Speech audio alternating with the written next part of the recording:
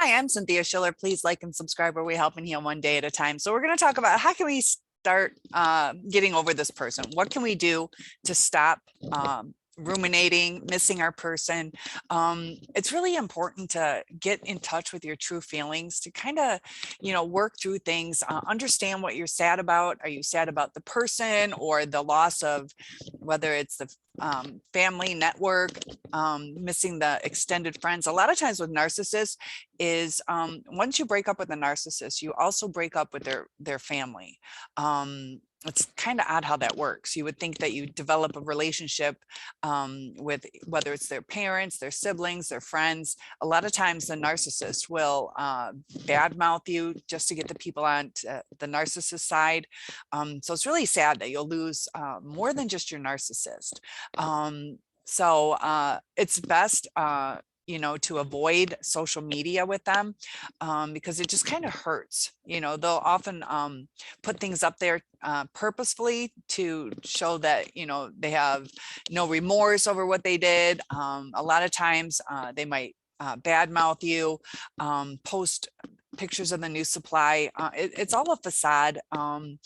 They're just trying to show the world that they're okay. Sometimes they'll purposely do it to hurt you too.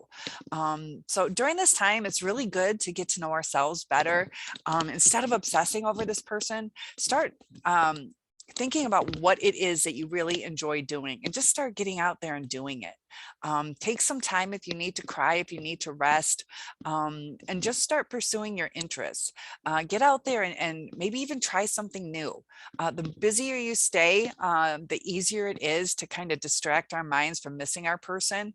And we should also focus on what is going on in life now. When we start missing our person, we're missing the past. And I know it's hard because we want the here and now. Sometimes we miss them or wish things didn't turn out the way that they did. But instead of thinking about the past, enjoy today, and maybe even plan some things for the future. Plan a trip or an outing. Check the weather. What are some things that you can do outside? When you're outside, the vitamin D really helps, the fresh air. And also it's good to get involved in your community, because that's like an extension of, your home.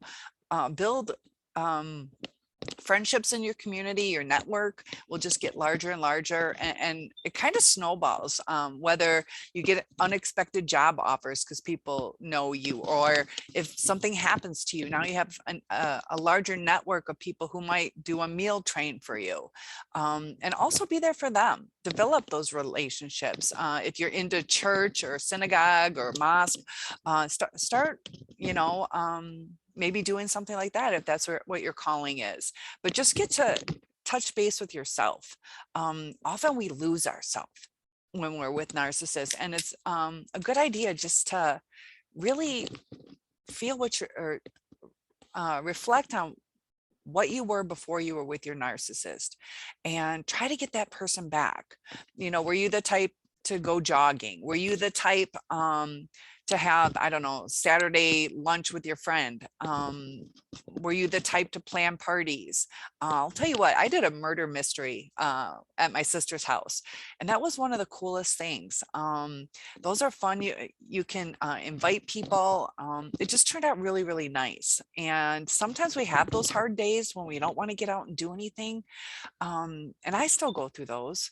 And that was one of the best things I did. I have a costume business, so I made my own. Well, I closed it up.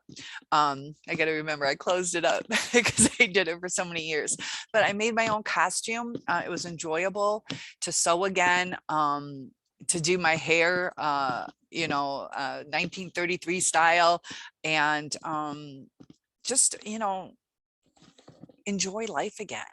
It's good to get out of the house. That day turned out better than if I would have just stayed at home, even though it was a several-hour drive. Something to look forward to.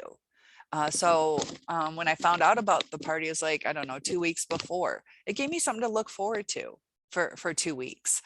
So sometimes when you plan something out a little bit in the future, it gives you something to look forward to. Instead of looking in the past, we get to start looking forward. And maybe do something like that. Kind of set some things up once a month that you're gonna go do something. I want to go to a water park. That's what I want to do. I love those things. And you know, we've been through some really hard times with COVID, and right now the war in Ukraine. Sometimes it's good not to get too into the news too much. That can kind of bring us down. It's good to stay up on current events, but you know, maybe turn the TV off for a little bit. Listen to some upbeat music, start dancing. When you start doing aerobic activity, that kind of helps release the depression that we're feeling.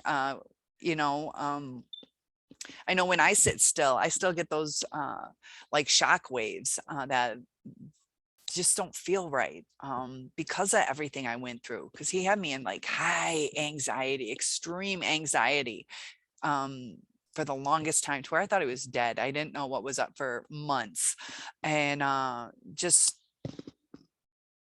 trying to recover from that. But the more active you are, the more you're out and about doing things, the easier it gets.